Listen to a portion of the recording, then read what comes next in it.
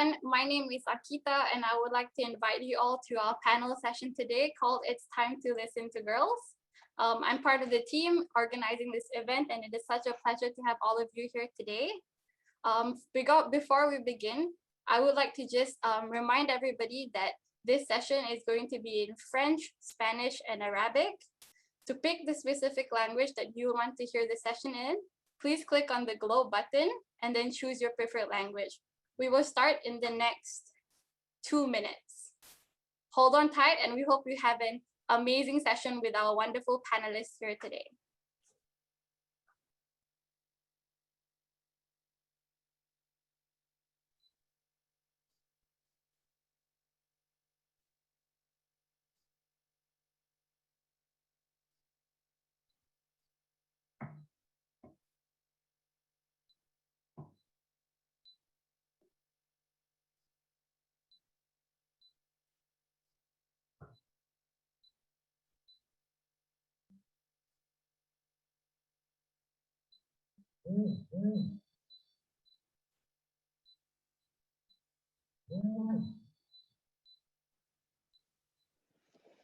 Hola a todas, bienvenidas a este evento de Es Momento de Escuchar a las Niñas. Les damos a todos la bienvenida y les recordamos que este evento va a ser transmitido en nuestro canal de Facebook en inglés y acá en Zoom en los 4 idiomas oficiales de la Asociación Mundial de Guías Scouts: inglés como idioma principal, español, francés y árabe. Por favor, es importante que seleccionen el botón del globo en Zoom para escoger el idioma de su preferencia y así poder escuchar el evento en el idioma que manejen. Muchas gracias.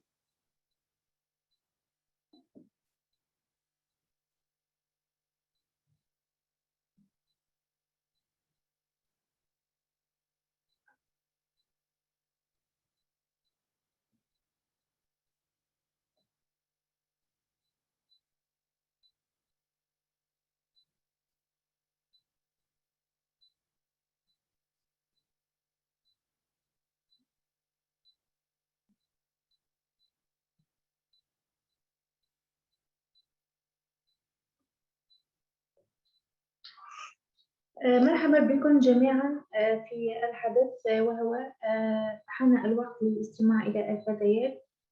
بالنسبة لمن يريدون الاستماع إلى اللغة الفرنسية أو الإسبانية أو العربية يمكنكم أن نقرأ على صورة الكرة الأرضية واختيار لغتكم المفضلة.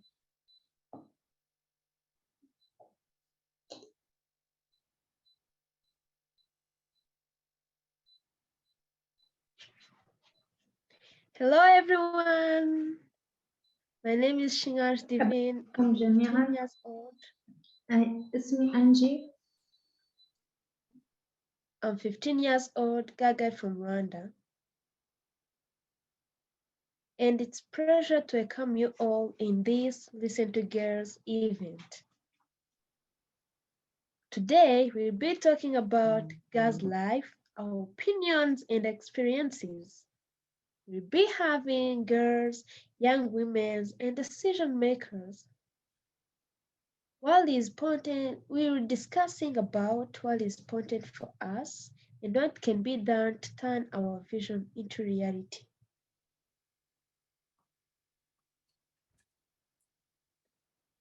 I will now introduce our guest speakers, starting with amazing young women panelists, and then our decision makers who accepted the challenge to be here today, and mark International Women's Day with us. In my guiding activities, we normally start with ice-breaking questions. Being said to the guiding spirit, I will be asking an icebreaker question to our guests so we can get to know each other a little bit better. Are you ready? Let's start with Dorothy. Dorothy is 18 years old, Girl Scout from Philippines, and a U Report Global Ambassador at Works. In 2020, She led a campaign on ending prostitution and trafficking in her community. Dorothy, could you share about a woman that inspires you to be brave? Hi everyone, thanks Angie. For me, the woman who inspires me to be braver is my grandmother. She is the one who raised me when I was a kid, and I remember back then, she always reminds me to take risks and reach my dreams no matter how afraid I am. And because for her, fortune favors the bold. Thank you. Oh, that's amazing. Now let's move to Faizora. Faizora is 20 years old, graduate from Madagascar. She, she is a national ambassador around nutrition for young women and facilitator on a body confident and gender-based violence. Faizora, what about you? Well, thank you, Anne, for giving me the flow. So, the woman who inspires me to be braver is my mommy. Her name is Minsura Kutmalan, Minsu, which means hopeful in English. And that defines her so perfectly. Not only she is optimistic, but she is also a positive woman. The reason I choose her as a role model is her strength and determination in front of challenges. She is a warrior and a courageous woman, but above all, full of love not only for her children but also for her neighbors. I think I'm incredibly lucky to have her in my life, and I deeply want to be like her. Thank you. Wow, that's wonderful. Oh my gosh, that's really beautiful. Now introduce Andrea. Andrea is a 25-year-old young woman from Mexico. She and her team create an education platform named Ilandi Aprend to spark an internet in science and technology within young girls, and inviting them to solve their problems in their community. Andrea, could you share with us how much inspires you to be brave? Hi everyone, good morning from this side of the world. A woman that really inspires me to be brave definitely is Malala. Malala is truly inspiring for me because despite all the hardship she has been through, she never gave up on the idea of supporting other young women and girls to be able to get access to quality education. Thank you. Wonderful. That's amazing. Really interesting. Now we move to our decision makers. First, we have Jayahama. Jayahama was appointed as a UN Secretary General Envoy on Youth at the age of 26, being the youngest senior official in United Nations and the first woman to be in this position. Wow, this is amazing. Jayahama, we could love to hear from you. Could you share how man inspires you to be brave? Thank you very much, moderator, and happy International Women's Day to all the girls who are joining us today from around the world. So, my name is Jayatma, and I'm from Sri Lanka. And one of the women that inspires me to become braver and stronger is our first woman prime minister. Her name is Sirima Bandaranaike. She was elected in 1960. She was not only the first woman prime minister for my country, but she was also the world's first woman prime minister.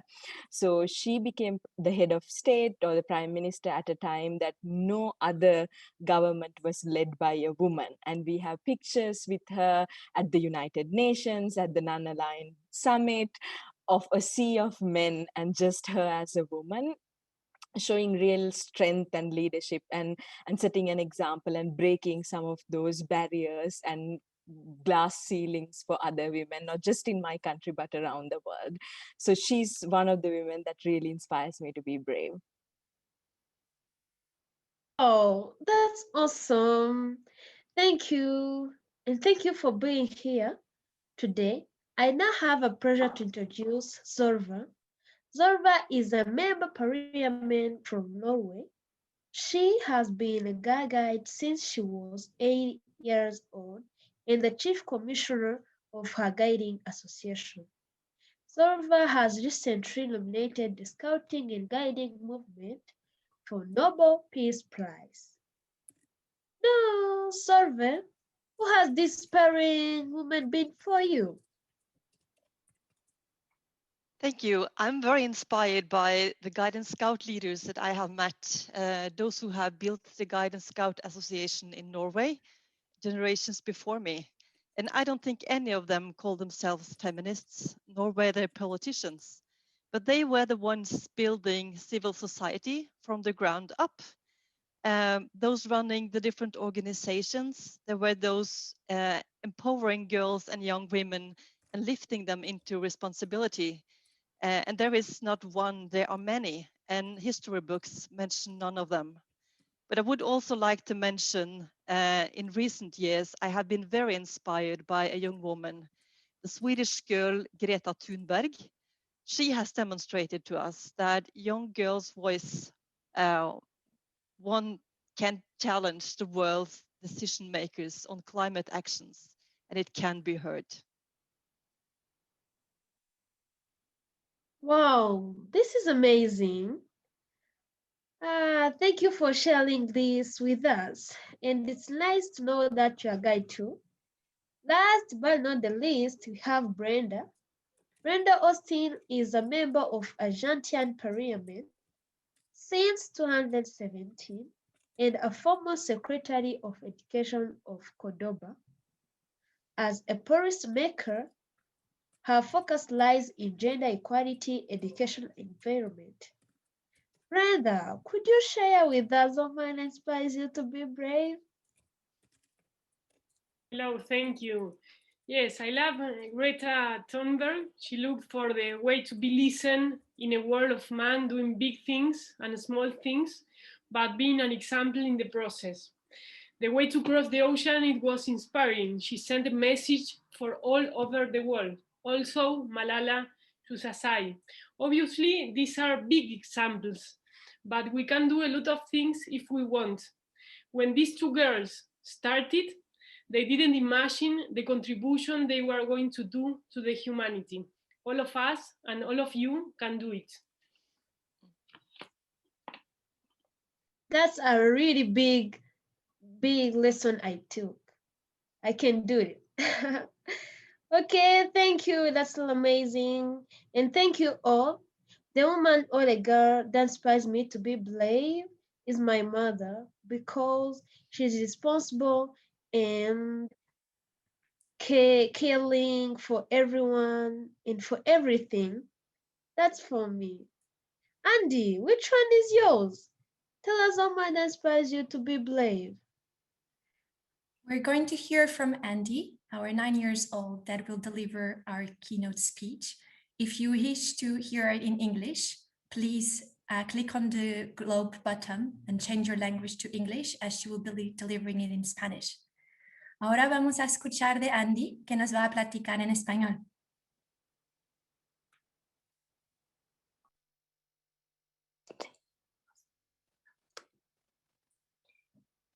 Gracias, Inés. Mi nombre es Andy y tengo 9 años. Soy una adita de guías de México y la mujer que me inspira a ser valiente y a quien admiro también es a mi mamá. Las niñas somos las expertas en nuestras vidas. Nadie sabe mejor que nosotras lo que queremos y nos gusta. Creo que es muy importante escuchar a las niñas para saber lo que necesitamos y lo que queremos, pero eso no siempre pasa.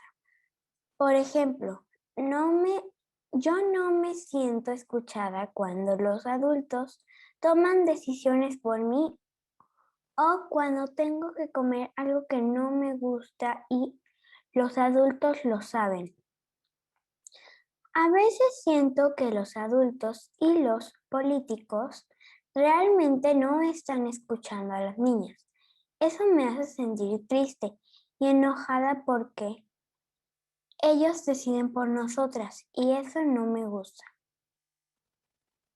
En una encuesta de YouReport, más de la mitad de las niñas dijeron que no se sentían incluidas en las decisiones sobre su futuro y deberían estar incluidas.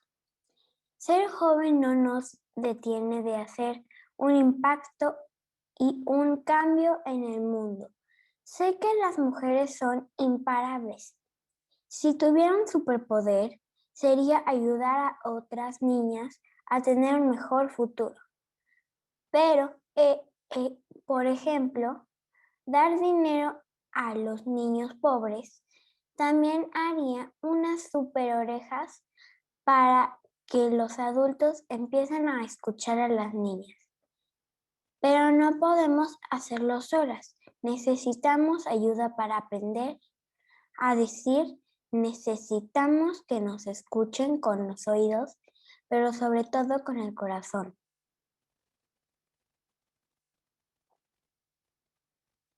Wow, increíble, Andy. Muchas gracias. I'm going to change to English.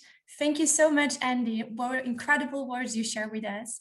I particularly liked the superheroes that you would like to share or give to politicians and leaders so they can better listen to girls, but above all, that they should listen with their hearts.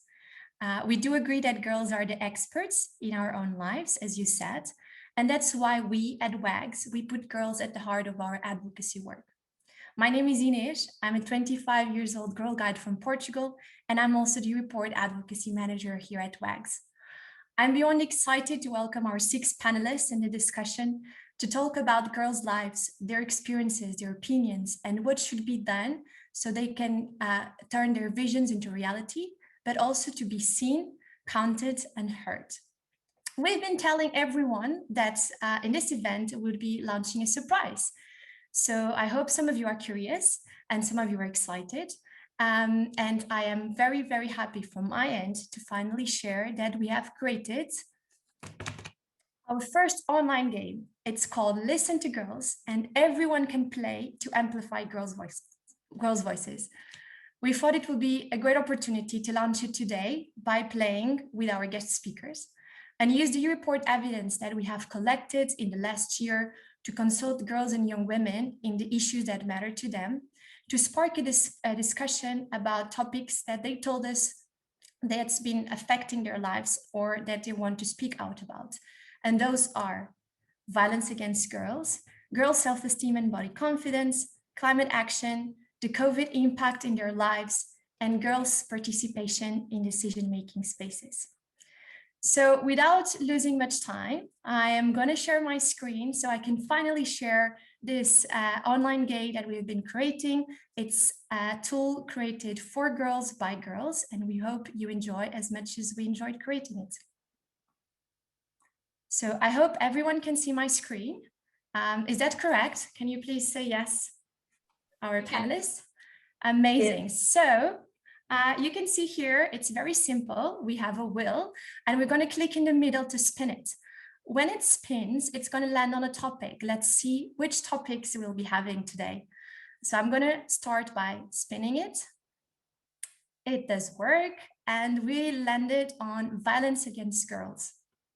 I'm going to start by reading the evidence out loud so that everyone in the other languages can also see it. So girls and young women have shared with us that what they do the most to avoid harassment in public is first, to keep away from the crowds of men, second, to avoid walking on the streets at night, and third, to learn about self-defense. I will now invite Dorothy and Jayatma to discuss about this topic and specifically ask Dorothy if this evidence comes as a surprise for you. Okay, thank you so much, Ines. Actually, this alarming statistics may come as a shocker to some of you, to some of our attendees, but yes, it is the harsh reality that many girls and young women face, including myself. And I am sure many of you today will agree that these practices, like keeping away from crowds of men, not walking on the streets during the night, etc., are universal. It is happening to girls and and young women situated in different parts of the world for a very long time. And these numbers are bad indicators that around the world, girls feel the need to modify and change their behaviors to avoid being harassed. We are told repeatedly to dress less provocative and to not put ourselves in risky situations. And worse is even though we do this, we are still experiencing harassment, ranging from catcalling, making sexual comments, touching without consent, and more. This proliferates the belief that girls are at fault when they are attacked, which leads to a lack of accountability for perpetrators and contributes to the continuing epidemic of violence against women and girls. This is highly alarming because it doesn't only let the perpetrator be free from their crimes, but it also nurtures the culture of silence. That is why instead of putting the focus on girls, on the victims, we need to shift the focus on those who commit this act of violence. We should not allow perpetrators to walk away with impunity because all girls deserve to feel safe and comfortable moving around the streets and their communities without the threat of harassment. Violence against girls has serious and life altering impacts on girls' physical and mental well being.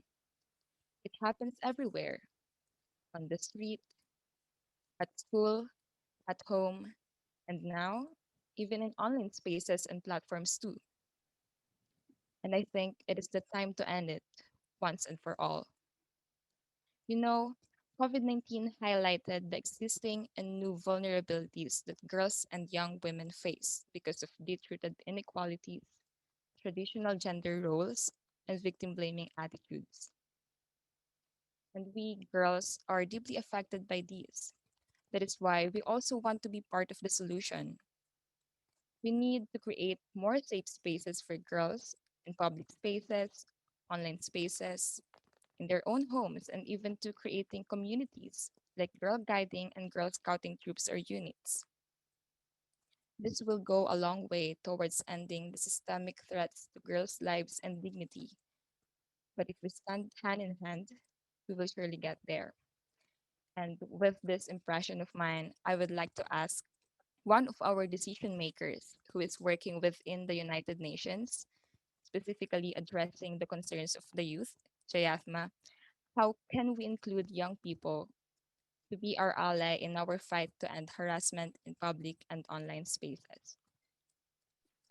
Thank you very much, Dorothy. And as you said, this statistic unfortunately doesn't come as a surprise to many of us.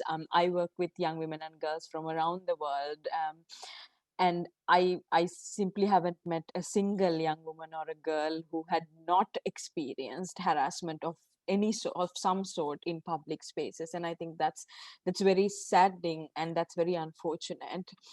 While women of all ages experience this type of harassment in public spaces, I think young women and girls are particularly more likely and more vulnerable to this type of harassment that happens in public spaces because they use public spaces and public transport, for an example, more to go to classes, to go to university, to go to school. And this really impacts and it reduces girls' freedom to move around. Their limited access and to participate in school or work or public life negatively impacts, as you said, their health and well-being. And for an example, I have experienced this myself as a girl. The first time I experienced physical harassment in public transport was on my way to school when I was only 10 years old. And I saw a statistic that in my country, more than 90% of women have reported harassment in public transport or at some point in their lives. And I before spoke about how my country had produced the world's first female prime minister, but that doesn't eliminate the fact that women as a whole are discriminated and are harassed disproportionately in public spaces. So we need to work together, as you said, not just women fighting for women's safe spaces, but really particularly in partnership with men and boys to create those enabling safe spaces in our communities, so that, as you said, girls do not have to sacrifice or compromise their lifestyle or their freedom or their dreams and their aspirations in order to just be safe and exercise their most basic fundamental rights like freedom of movement or freedom of participating, the right of participating in public affairs. So it's very important, I think, through education, particularly in men and boys, that we inculcate these values and these rights as very strongly as they're growing up. So young people have a very strong role to play through also peer-to-peer accountability, peer-to-peer education to make that happen. And I also want to think about how young women of intersecting identities also face this harassment at different levels. So if you are a young woman, you will be further vulnerable, but imagine if you are a young woman and a refugee, you might even be experiencing it in different barriers and different levels. What if you are coming from a very rural, poor background and belong to LGBTIQ community? Then you will be subjected to even more layers of discrimination and harassment. So um, I completely agree with you that we need to shift the focus from the victims or correcting the victims into really correcting the laws and policies, our cultural values, our societal values, to be able to respect women and create safe spaces for women so they don't have to feel like second-class citizens in their own country, in their own community, in their own school or university. Well, thank you so much, Jayatma. I think you touched on something very important, which is violence against girls really makes girls sacrificing their participation in every area of their lives. And sometimes it's not even just the violence they might suffer, is the fear of being suffering that violence potentially in a future occasion. And just sharing another evidence from our Report poll that 4 in 10 of girls, they have told us they've been blamed suffering in the past, and 1 didn't talk about it with anyone. But when we ask deeper, we realize that the majority, even if they have never suffered from violence in the past, they still fear being blamed for that violence that might happen to them. So the victim blaming culture is definitely something that girls and young women suffer, and it's our role to help them give away from that mindset, but also educate our communities, our leaders, and everyone in our society, so that the blaming doesn't fall on the victim, it does fall on the perpetrator. I will just now move on to the next topic. Thank you so much, and spin the wheel once again. So let's see which topic we will land now on. COVID impact on girls' lives. So the evidence that we have here tell us that 9 out of 10 girls and young women consulted are worried about their future. And I will invite Solveig and Fehisoro to share a little bit about how the COVID pandemic has impacted girls' lives. What are they been doing to it? So my first question is for Fehisoro. Fehisoro, I was wondering if you feel this for yourself, if you feel that your female friends, your guiding friends, your family, if they're increasingly worried about their future, given the anxiety and the instability that the whole pandemic has brought to our lives. Yeah, hello Ines, it's me again, Dorothy. Oh, Dorothy, I'm sorry. Yeah, once again, I share the same sentiments with what the majority of our girls who were surveyed just shared, because honestly, I am worried about my future too. And I know we all can agree that the COVID-19 pandemic has further exposed the frailties and inequalities present in our societies, right? And what started as a health emergency is now also a humanitarian crisis, a pandemic in which the virus has hit the vulnerable communities the hardest. The virus is totally indiscriminate, yep, but it was able to emphasize the pre existing inequalities and education disparities in our society today. It has had a near universal impact on everyone all around the world, which caused confusion and turmoil. And amidst the chaos, I often found myself feeling anxious about my future, just like what I mentioned earlier. And it made me realize that If I, a girl who has access to the internet and online education, is still feeling worried about what is to come, then how about those with no access to this at all?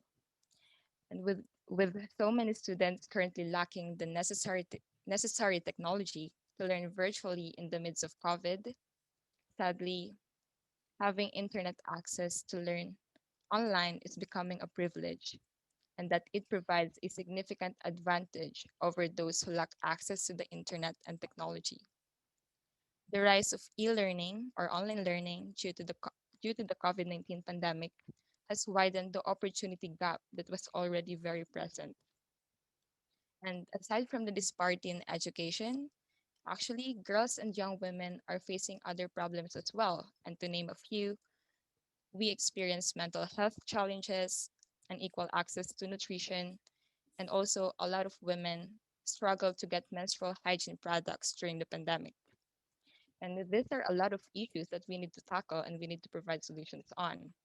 And I think this must be considered and be put at the heart of both short and long term solutions to the health and societal impacts of COVID 19. So that is my thoughts and impression on COVID 19's impact on girls. And this time, I would like to ask our dear Solveig, a member of her parliament in Norway. So, Solveig, I am curious about how we can support our girls and young women during these unprecedented times. Thank you, Dorothy. First of all, I must say that I'm very concerned about gender equality taking a step back worldwide, both through and after the COVID-19 pandemic, because there is a risk that we will have a generation of young women lacking education. I think it's important that we who are decision makers focus on the long-term consequences. Children and youth will need extra help to catch up with school and studies that have been interrupted by the pandemic. And we have to realize that young women are more vulnerable in this situation.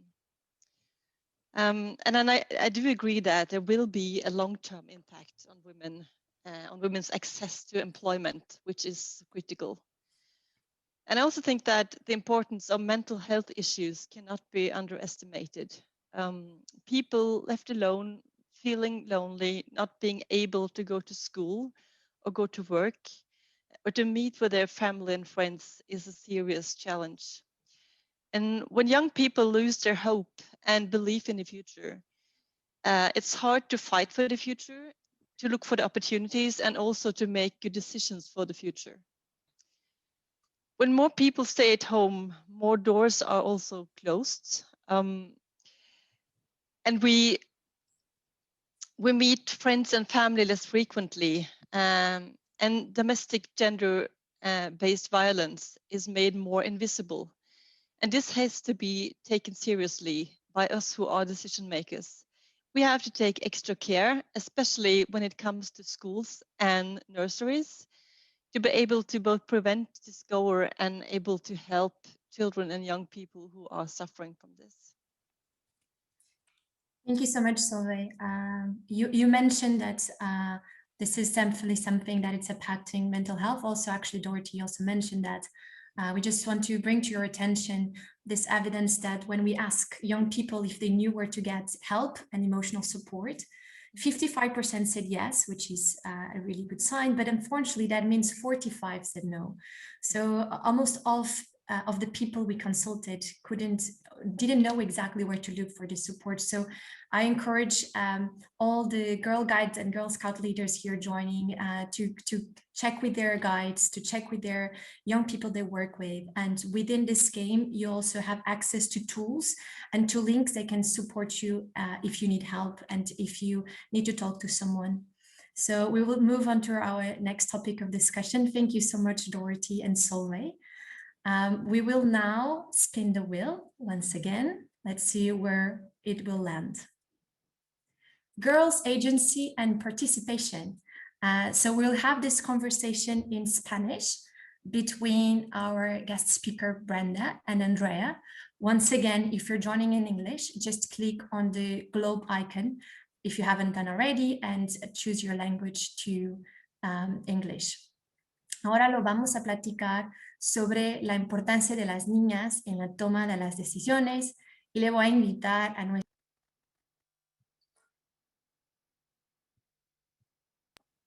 ¿Me escuchan? Te muteaste por un segundo, Inés. Se cortó al final. Pero te escuchamos ahora. Muy bien, perdón. Le estaba diciendo, comentando, que vamos ahora a platicar sobre la importancia de tener jóvenes y niñas en la toma de decisiones y le invito a Andrea, que ya se presentó, y también a Brenda, nuestra invitada especial, para hablarnos un poco de este tema. Y la verdad es que cuando preguntamos a las niñas cuál es la barrera más grande que tienen para participar en la sociedad cívica y en su comunidad, las más jóvenes dijeron que su edad, que las personas sí lo piensan que son demasiado jóvenes. Las jóvenes más grandes, entre los 18 y 30 años, nos dijeron que era la falta de acceso a las personas, a las tomadoras de decisiones que tenemos acá hoy. Y también nos comentaban que cuando le preguntaron lo que te hace completamente imparable, la mayoría nos contó que el acceso a la educación gratuita. Entonces yo le pregunto a Andrea, ¿cómo ves el papel de la educación para que más niñas no solamente puedan, pero quieran y sean involucradas en este proceso y que puedan alzar su voz? Gracias, Inés. Yo diría que la educación es la clave. Literalmente es el cimiento de todo. Una mujer que está educada es muy poderosa. Y me encanta ese dicho que justamente que dice el conocimiento es poder. Y es muy cierto. ¿Por qué por tanto tiempo, por tantos siglos, no se les permitía a las mujeres ir a la escuela? Porque una mujer que está educada cuestiona, toma sus decisiones propias, tiene opiniones, y eso es algo que a los hombres no necesariamente les agrada. Como mencioné al principio de la conversación, pues por eso admiro mucho a Malala, porque ella vive en una cultura donde justamente no se aprecia eso y ella ha luchado para empoderar a que más mujeres tengan la oportunidad de poder acceder a la educación. Y creo que es nuestra responsabilidad como jóvenes, como mujeres, apoyarnos entre nosotras y permitir que más personas tengan acceso a la educación gratuita, porque ese es otro tema. No necesariamente la educación gratuita es algo que se puede proveer en todos lados y hay veces en que se tiene que optar por ir a un sistema privado, pero eso es lo triste, que la educación debería ser algo universal, al que todo el mundo tenga acceso de forma gratuita. Y pues bueno, creo que justamente, como mencionaba, alguien educado también tiene ese pensamiento crítico y tiene esas ganas de cambiar las cosas. Y eso creo que es lo principal que puede apoyar a que más mujeres sean justamente agentes de cambio y estén involucradas en la vida de la toma de decisiones. Brenda, a mí algo que me gustaría preguntarte justamente es, a pesar de que somos una minoría aquellas que tomamos acciones, ¿cómo podemos hacer que más mujeres y niñas estén involucradas y que inviten a su comunidad a también tomar acción? Bueno, gracias Andrea, gracias Inés. Lo primero y principal, creo que tenemos que ayudar a visibilizar a todas aquellas mujeres que están hoy en espacio de toma de decisiones, para que tengamos más mujeres en el poder, en distintos lugares, no solo en la política, también en el ámbito empresario, también en el ámbito vinculado con la ciencia, con las emprendedoras. Necesitamos que las niñas, las adolescentes, las mujeres jóvenes tengan también ejemplos para mirar. Y por eso señalaba a Greta y por eso señalaba a Malala, porque son dos grandes ejemplos que inspiran a mujeres de todo el mundo a animarse y a romper fronteras. Quiero contar un pequeñísimo ejemplo de por qué todavía nuestro planeta está atravesado por enormes inequidades. A mí en el año 2015 me tocó ser la primer presidenta mujer de la Federación Universitaria de Córdoba, un órgano que nació en 1918, dedicado justamente a garantizar que la universidad abra sus puertas a los desafíos de la época. En ese año teníamos la primer rectora mujer después de 400 años de vida en la universidad. Bueno, creo que eso muestra todavía, incluso en un pasado reciente, el desafío que tenemos las mujeres para acceder a los espacios de decisión. Menos del 10% son presidentas en el mundo, la participación en los parlamentos todavía es baja. Entonces creo que lo primero que tenemos que hacer es tomar la decisión de promover la participación de las niñas, las mujeres jóvenes, en los espacios de toma de decisiones. El mundo está cambiando y hoy quizás en gran parte de los países, en el mío es un ejemplo, la mitad de los electores tienen menos de 38 años. No hay que esperar. Creo que lo perdemos. ¿A Brenda por un segundo? Sí, se congeló unos segundos. Si lo esperamos un tantito. Sí, esperemos unos cuantos segundos más, si no cambiamos un poco de tema. Claro que sí. Brenda, ¿no escuchas?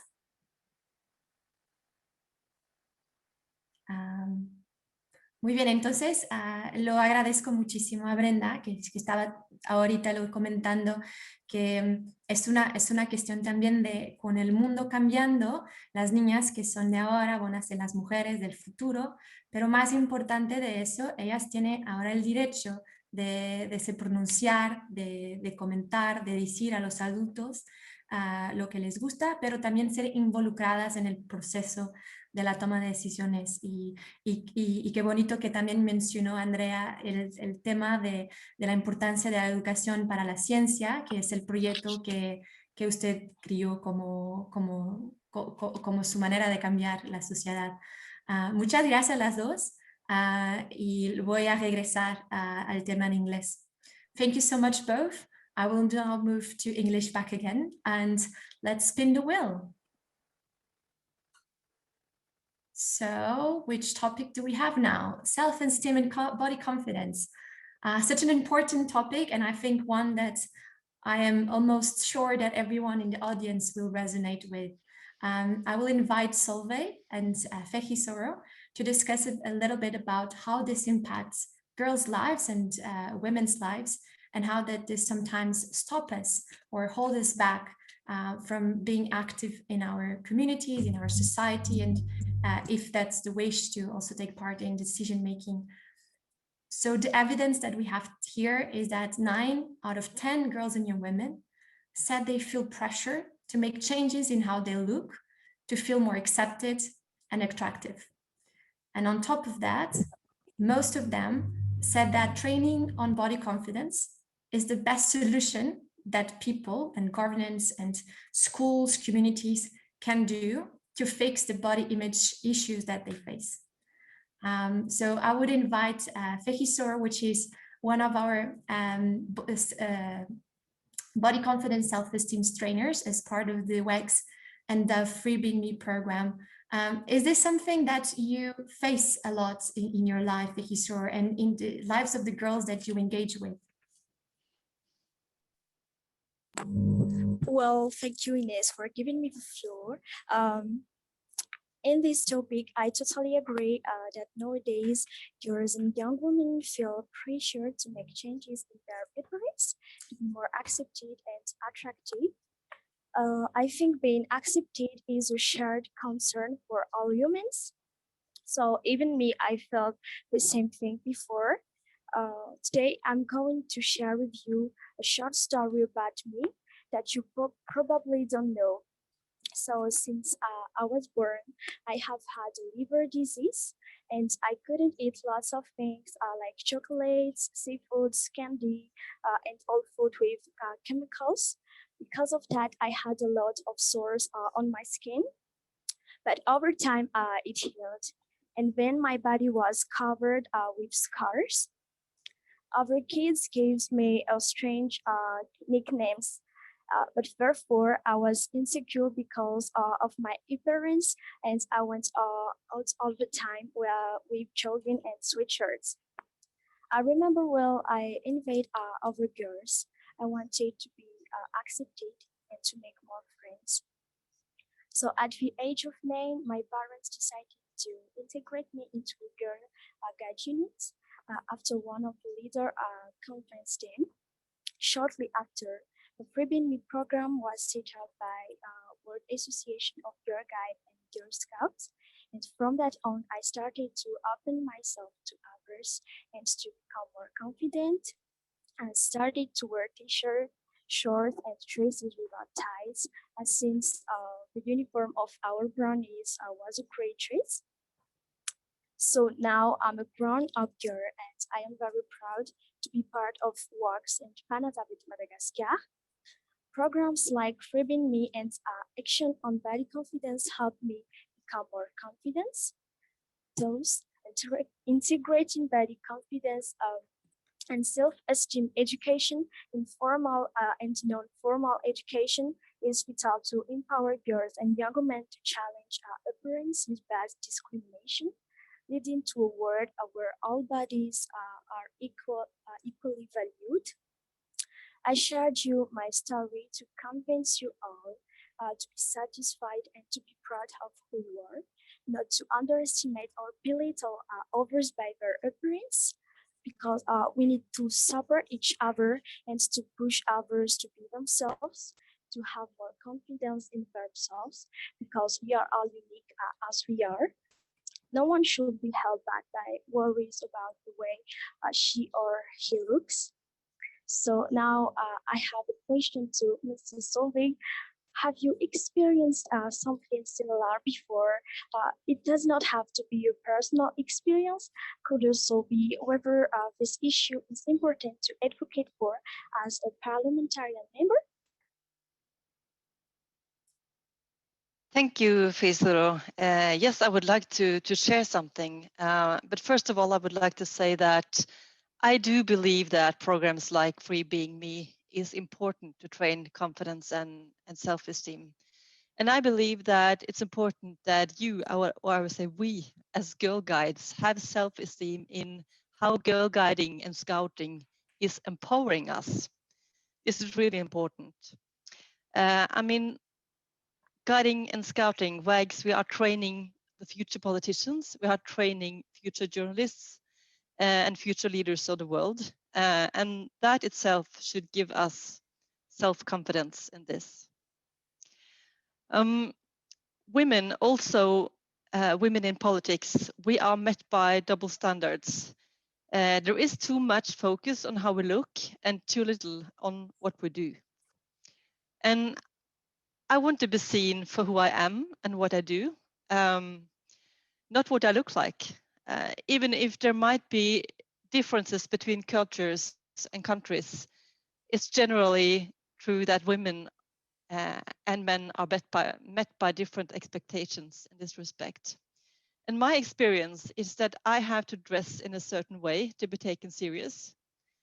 As a woman and as a politician, I have to look like a female politician, not too much, not too little, but just at the right level. And I have to dress in a way where my appearance does not move the attention away from my words and the messages and from the work I do. And this might be different between cultures, but my example is this. I stopped using skirts and dresses at work more than 10 years ago, not because I don't like wearing them, but because they made it difficult for me to do my work as well as I wanted to. And my experience was that all the feedback and the comments that I got at work was on the length of my skirt and the color of my dress, not on the quality of the work I did. And that was very negative, both for my self-confidence and for my career opportunities. My solution was to take control by always wearing trousers and never skirts at work, because I wanted to be seen for who I am and for the work I do, not just for the dress. Thank you So so yes. much, Solveig, for your both of you, Fehisor and Solveig, for sharing some personal stories. I think we always we have different stories for sure in the audience. So far, we're 600 joining here on Zoom, and I think there are for sure 600 stories of a moment in our lives being girls or already being grown up, where we felt that our body confidence and self-esteem was holding us back. And the need to really tackle this as an issue, as an underlying issue that puts girls in behind in where they want to be and how they want to be. And yes, I really highlight what you said, that we want to be seen by what we say and not by how we look.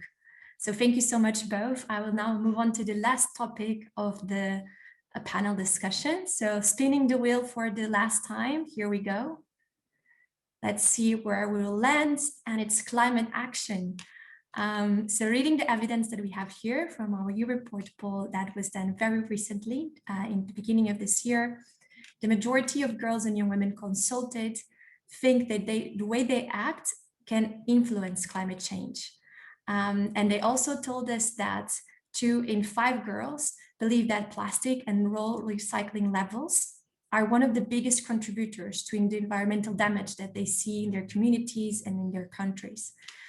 So I will invite again Fehisur and Jayatma. You've both been very active when it comes to the climate issues and the environment. And my first question for Fehisur is, do you think this is something that girls actually want to take and join the fight?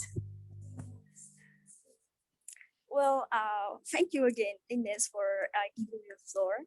So, you know, this topic is very interesting to me because I am a fifth year student in geosciences in Madagascar, which is closely related on the environment. So I strongly believe that the way we act have a positive influence in climate change. So as we know, climate variation has existed since the formation of the Earth, and it is a real and natural phenomenon.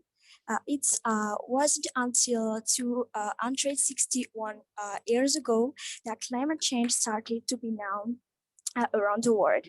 Regarding the case of Madagascar, globalizing led to the appearance of the new technologies, new way of life, advanced materials, change in the demographic structure.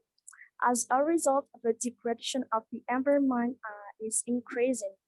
So humans are primarily responsible for severe climate change because of anthropogenic activities such as bushfire, water pollution by plastics, gas oils, gasoline species, use of factories, transport sectors, and so on and so on, varying our ecosystem.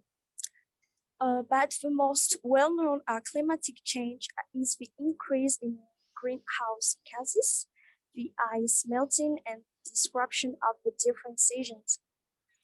But who will suffer the adverse effects of climate change? Us, me, you, and our environment, our planet. So dear sisters and dear friends, we cannot live without nature and good living condition.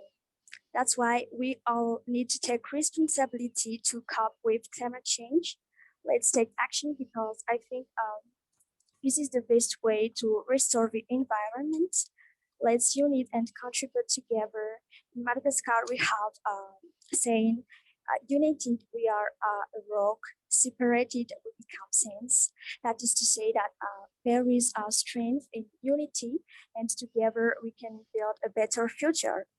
So girls are the hardest hit by climate change due to pre-existing inequalities and unbalanced power dynamics, particularly in less economically developed countries like ours.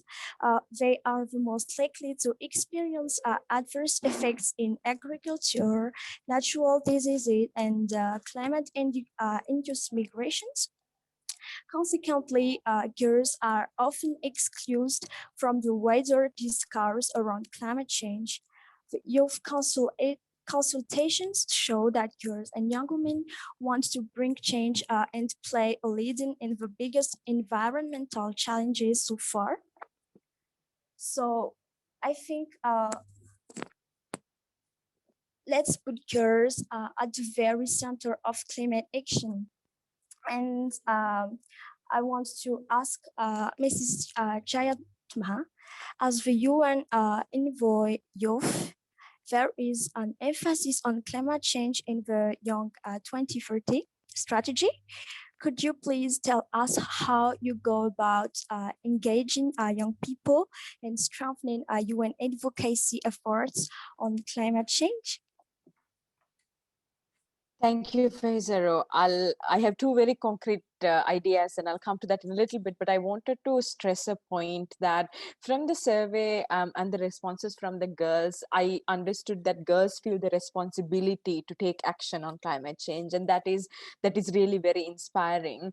And we often also see the society or policymakers or older generations also putting the responsibility of solving the climate crisis on young people, which I don't think is completely fair. You know, it is like asking us to deal with a problem that we did not create. So I think intergenerational justice is very important when we talk about the issue of climate action. And within that justice, I think the concept of gender justice within climate justice is also very important, because as you said, young women and girls are disproportionately affected because of climate change.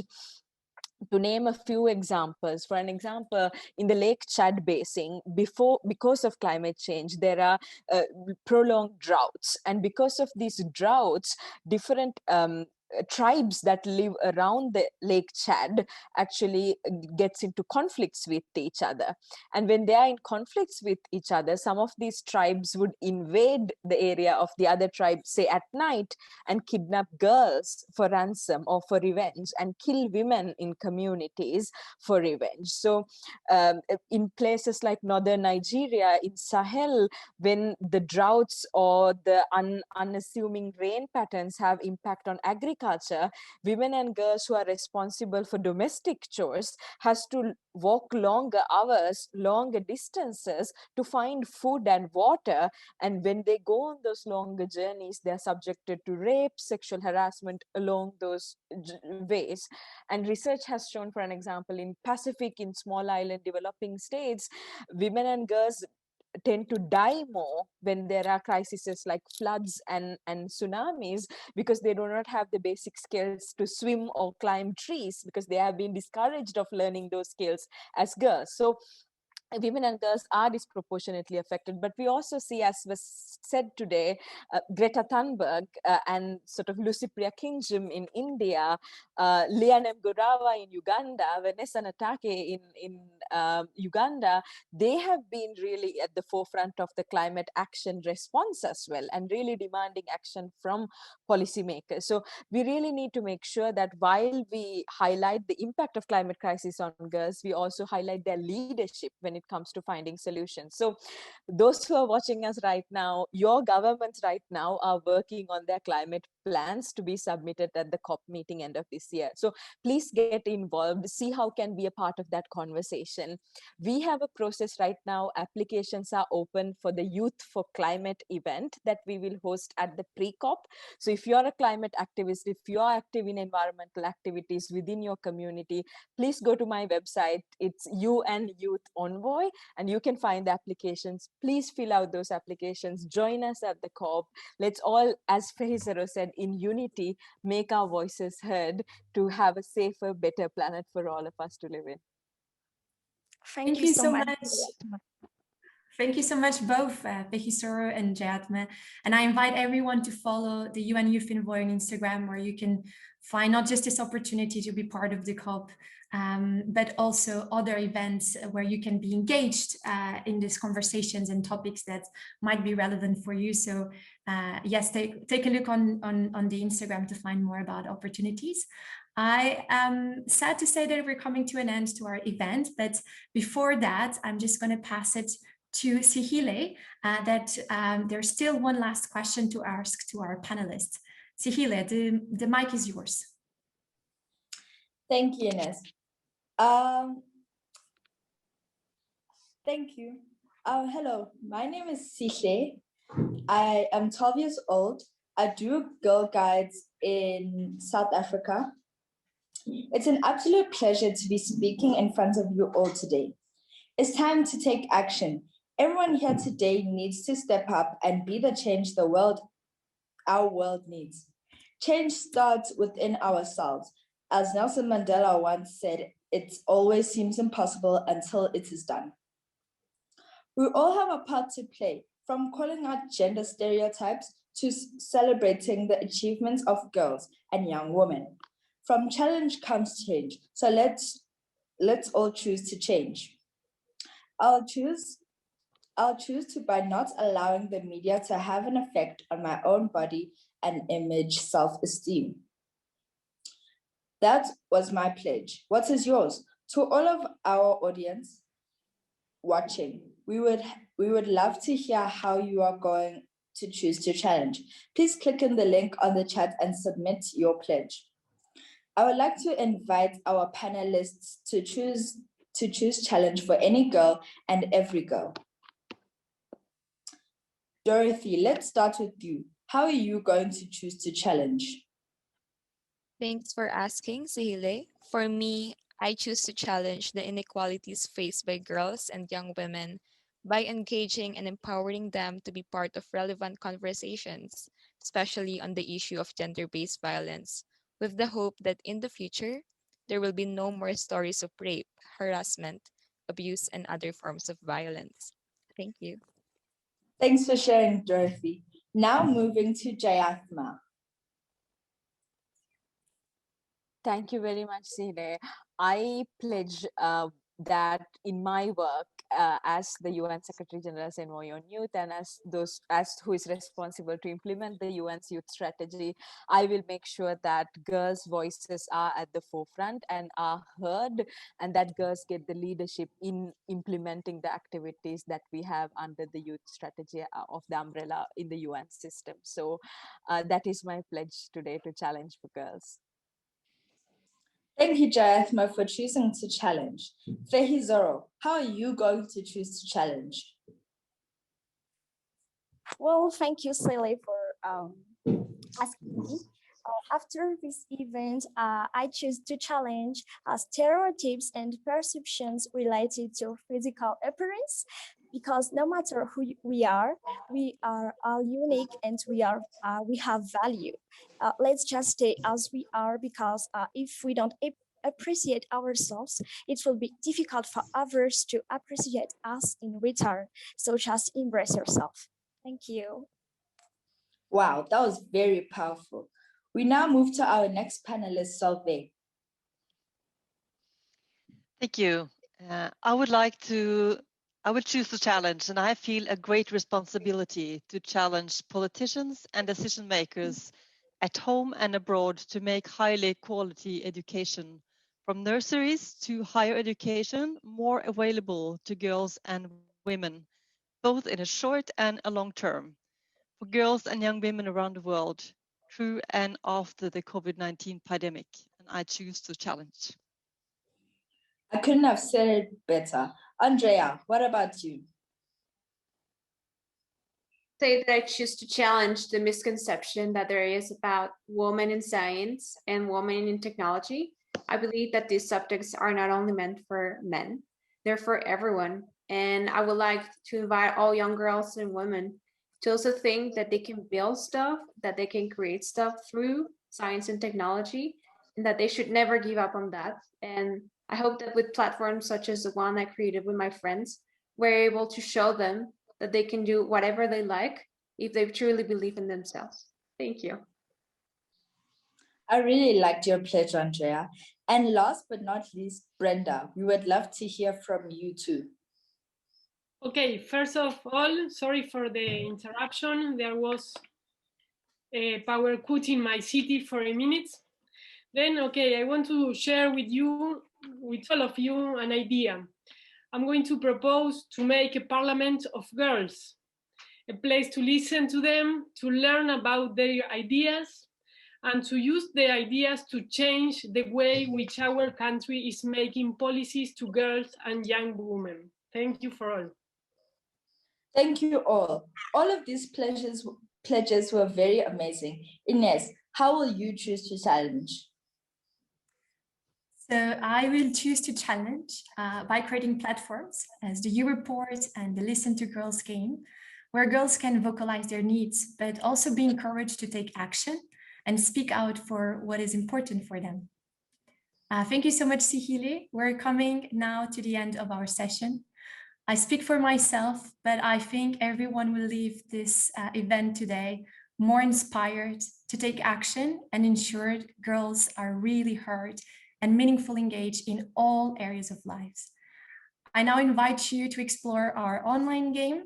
You can see on the slide shortly being presented, where can you find, but it's www.listentogirls.wags.org.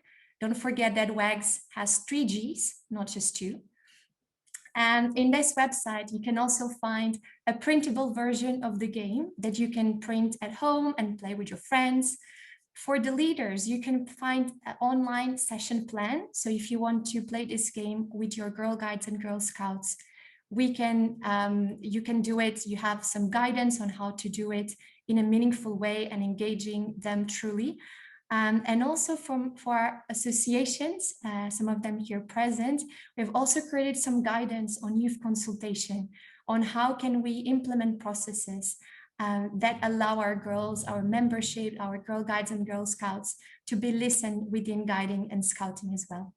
I thank all of our panelists for having choose to challenge and joining us today. And happy to say that it was a pleasure for myself to also meet the 600 people that are watching on Zoom, potentially more on Facebook, and hope to see you in a future WAGS event. Thank you so much. Gracias. Merci. Obrigada.